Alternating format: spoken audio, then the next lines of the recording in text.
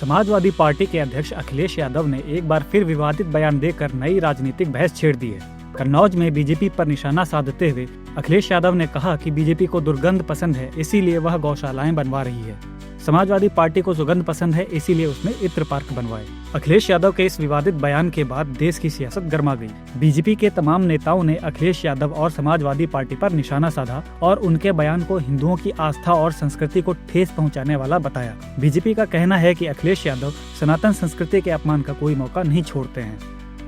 अखिलेश यादव जैसे लोग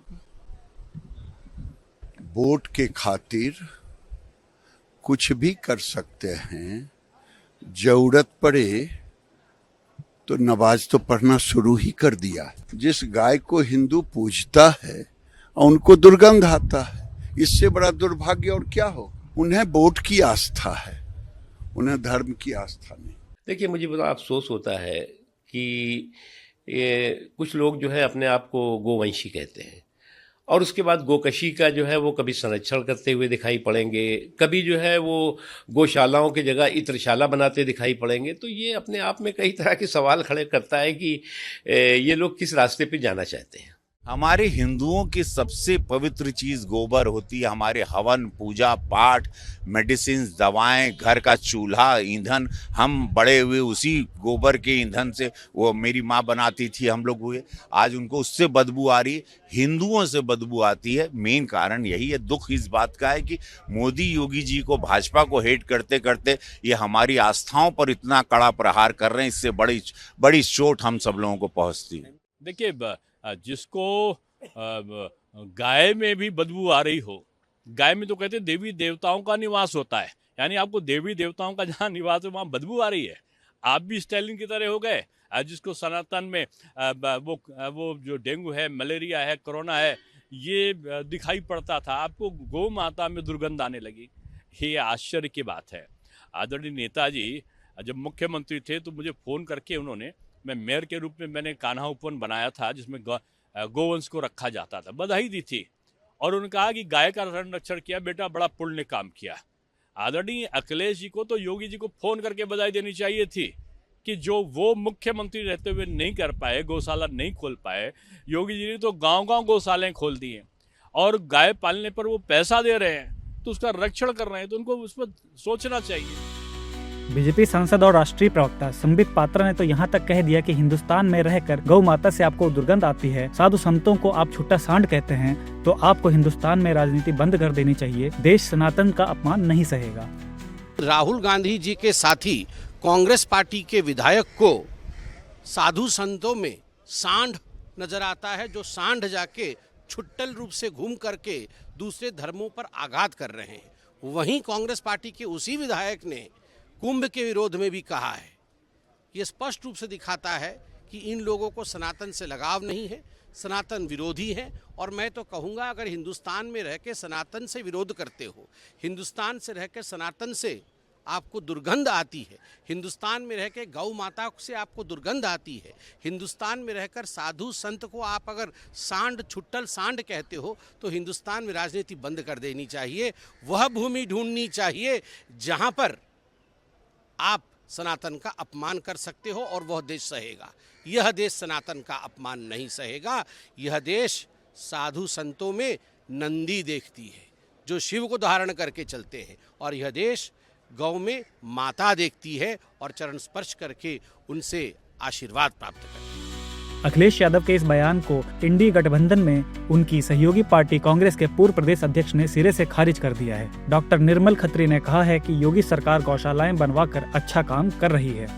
गौशाला खुलवा रहे हैं, अगर योगी जी या कोई भी सरकार तो अच्छा काम कर रहे हैं। हमारे भूपेश बघेल जी तो छत्तीसगढ़ में किसानों का गोबर खरीद रहे हैं, अच्छा काम है। गौशाला खुलवाना अच्छा काम है। निराश्रित गौवंश जो घूम रहे हैं, उनके लिए अगर प्रदेश की सरकार कोई जगह पर बना करके उनको इकट्ठा कर रही है, भले उनकी चारे उरे की व्यवस्था ठीक से ना हो पा रही हो, लेकिन एक अच्छा काम है। वहीं अखिलेश यादव के बयान को लेकर संत समाज में भी भारी आक्रोश है। हरिद्वार के साधु संतों ने अखिलेश यादव से माफी की मांग करते हुए कहा है कि ऐसे बयान सामाजिक ताने बाने को नुकसान पहुंचाते हैं। भारत की राजनीति को न जाने क्या हो गया है। रोज गंदगी परोसी जा रही है, एक दूसरे पर आरोप प्रत्यारोपण। किसी को गौशाला में बदबू आ रही है गौशाला खोलने पर, कोई फ्री बांटने में लगा है। इस देश के नेताओं को आखिर हो क्या गया है? इस देश को ये किधर ले जाना चाहते हैं? केवल सत्ता का सुख ही इनको चाहिए क्या? पिछले कुछ दिनों से ऐसे एक परिदृश्य भारत में उत्पन्न हो गया है। किसी समय देश में ऐसे ऐसे नेता होते थे, लाल बहादुर शास्त्री जी जैसे होते थे, और अनेक लोग हुए, राम मनोहर लोहिया जी हुए, अटल बिहारी वाजपेयी जैसे लोग हुए, जिनका नाम भी लोग बड़ी श्रद्धापूर्वक लेते थे। आजकल के नेताओं के बयान सुनकर तो लगता है कि भारत की राजनीति आखिर किस दिशा में जा रही है। बड़ा सोचनीय, बड़ा विचारणीय ये प्रश्न खड़ा हो जाता है। निश्चित ही अखिलेश यादव हो या इनसे जुड़े हुए जितने भी नेता हों, राहुल गांधी हों, इस प्रकार के जितने भी विपक्ष में बैठे हुए ये लोग हैं, इनको इस प्रकार के बयान देकर उनको आनंद आता है और उनको सुहाता भी है, क्योंकि वो लोग अच्छे से जानते हैं कि समाज का विघटन कैसे करना है, समाज में वैमनस्य कैसे फैलाना है। वो सब काम में निपुण हैं। आज अखिलेश यादव को गौशाला से दुर्गंध आती है, लेकिन अपने यहाँ निज निवास पे गाय भी पालते हैं, मंदिर भी बनवाते हैं, गंगा में भी स्नान करते हैं, सनातन धर्म के जितने कार्य हैं वो भी करते हैं। लेकिन जैसे ही वो घर से बाहर कदम निकालते हैं तो सनातन विरोधी बातें कर कर और सनातन के प्रतीक चिन्हों पर लगातार हमलावर होकर समाज में विघटन करना, वैमनस्य पैदा करना और एक वर्ग विशेष को अपनी ओर आकर्षित करने के लिए इस प्रकार के बयान देते हैं। आज अगर उत्तर प्रदेश सरकार गौशालाएं बनाने की बात कर रही है, मुझे लगता है कि सनातन में जन्म लेने के बाद भी अखिलेश यादव को गाय के गोबर से दुर्गंध आती है। इनसे सवाल तो बनता है कि अपने पिता का, अपने चाचा का, अपने परिजनों का ये दाह संस्कार करने जब गए थे, वहाँ शमशान घाट पे दाह संस्कार किया था या दफना दिया गया था?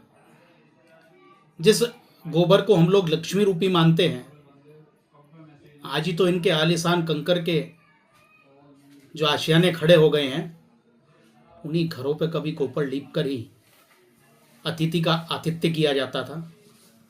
आज गाय से एलर्जी है, गंगा से एलर्जी है।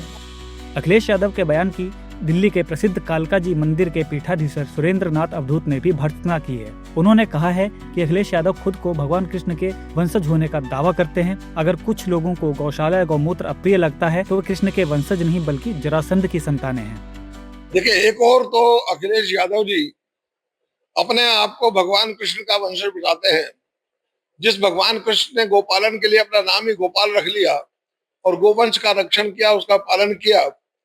एक और जहां केवल दूध की बात नहीं, गौशाला से प्राप्त होने वाले दूध का सेवन करने से आदमी हृष्ट-पुष्ट होता है, स्वास्थ्य लाभ करता है। यहाँ तक कि उनके गोमूत्र से भी अनेकों जो है असाध्य बीमारियों का इलाज होता है और उससे जो चिकित्सा की जाती है। ऐसे में इन लोगों को अगर गौशाला से दुर्गंध आती है तो मैं समझता हूँ ये भगवान कृष्ण के वंशज न होकर ये जरासंध की औलाद है, क्योंकि वो ही ऐसी बातें कर सकते हैं कि जिनको गोमूत्र से या गौशाला से दुर्गंध आता हो। निश्चित रूप से गोमूत्र से अनेकों असाध्य बीमारियों की चिकित्सा होती है।